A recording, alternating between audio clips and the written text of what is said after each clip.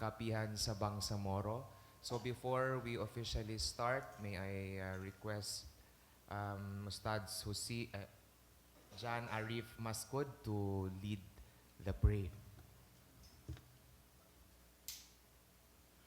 أعوذ بالله من الشيطان الرجيم بسم الله الرحمن الرحيم وقال ربكم ادعوني أستجب لكم آمين يا رب العالمين الحمد لله رب العالمين الرحمن الرحيم مالك يوم الدين إياك نعبد وإياك نستعين اهدنا الصراط المستقيم اهدنا الصراط المستقيم اهدنا الصراط المستقيم صراط الذين أنعمت عليهم غير المغضوب عليهم ولا الضالين آمين ربنا آتنا في الدنيا حسنة وفي الآخرة حسنة وقنا عذاب النار وآخر دعوانا الحمد لله رب العالمين.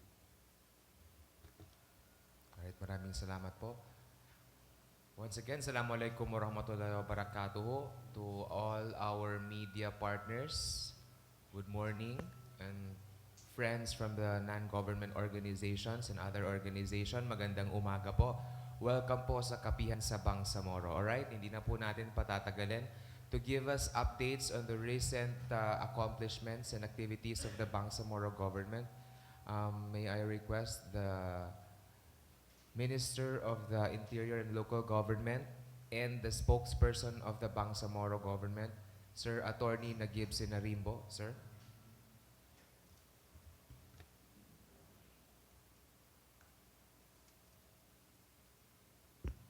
Bismillahirrahmanirrahim. Assalamualaikum warahmatullahi wabarakatuh.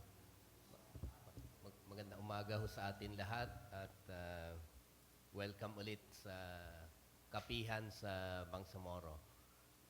I think the most significant event for this week is the official launch of Project Tabang, which was simultaneously launched yesterday in two venues. One is at the Regional Government Center here in Cotabato City, led no less than by the Chief Minister Alhaj Murad Ibrahim. The other venue is in Pidsandawan, Mamasapano, in the 2nd District of Maguindanao. Project Tabang is an attempt to bring together the different services of government and then bring them down to the communities so that it's accessed actually by our constituents in the different areas of the region. The project brings to the fore the need to integrate the different services of the government and the ministries so that it serves as a one-stop shop for people to have access to the services provided by our government. In the launch yesterday, you see the different ministries bringing their services here at the Regional Government Center and as well as in Pidsandawan, Maguindanao. Initially, we targeted roughly around 4,000 constituents to have access to the services for this launch. We don't have the number as yet for the launch here at the Regional Government Center, but what we can provide you is the number of our constituents who access the services in the launch in Pidsandawan, Mamasapano. We have a total of 3,051 constituents who have accessed different services yesterday. For medical consultation, we have a total of 300 clients served yesterday. Dental services, 50. Legal assistance, 12. Circumcision, there was an operation Tuli, 50 availed. Feeding for kids, 1,000 kids were served. And then we distributed a total of 900 pieces of sleepers for kids in the municipality. or in the site in Pidsandawan.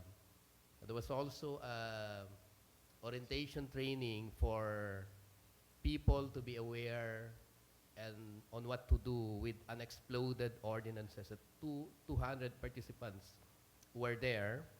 There was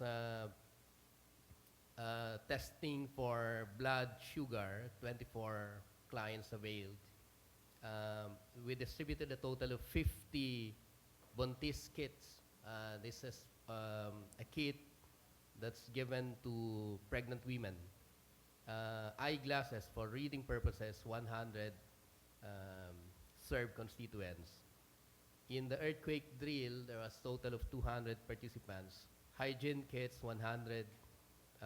Haircut, 65. So you have a total of 3,051 individuals who availed of the different services. Yesterday also, we took the opportunity to distribute relief to displaced families in 3 sites. For IDPs in Bacat, we distributed a total of 247 packages. For IDPs from Ganta, 590. And for IDPs in Dasawao, we provided them 600 packs. The packs consists of 10 kilos rice, 4 pieces of corned beef, 4 pieces of sardines, 10 sachet of coffee. So yesterday, I think we've sufficiently delivered on the promise of bringing down the services of government to our constituents in the farmland areas, for instance, of the 2nd District, as well as our constituents who frequent the regional government. Initial report from our team in the region is that there are a total of more than 1,000 individuals who availed of the services at the regional government center for yesterday. Apart from this, we are also happy to report the accomplishment of some of the other ministries in the region. For instance, the Ministry of Environment, Natural Resources, and Energy, specifically the office in Basilan in Lamitan, they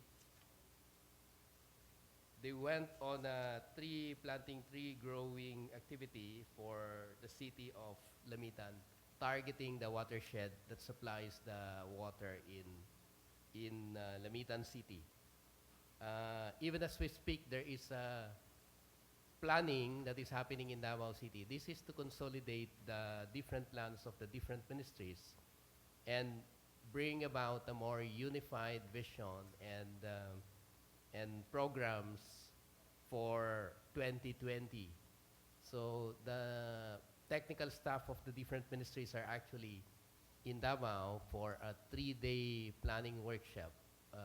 And so our hope is that the plans would be supported by the budget process that's currently happening in the region, which is facilitated by the Ministry of Finance, Budget, and Management, so that this time around the plans as proposed are actually supported by budget. For a long time, our challenge has always been, while the planning happens in the defunct ARMM, the budget process was happening in Congress. So there was always a mismatch between what the province plans or the region plans and what actually Congress is providing a budget support. So kung meron ka plano, wala naman budget, o hindi magkatugma yung plano at saka yung budget, wala akong mangyayari sa atin. So this time around, we're trying to consolidate and trying to make sure that the plans are actually supported by the budget. What you need to watch then is that if we succeed in this integration, all of you need to be vigilant in the execution of the programs.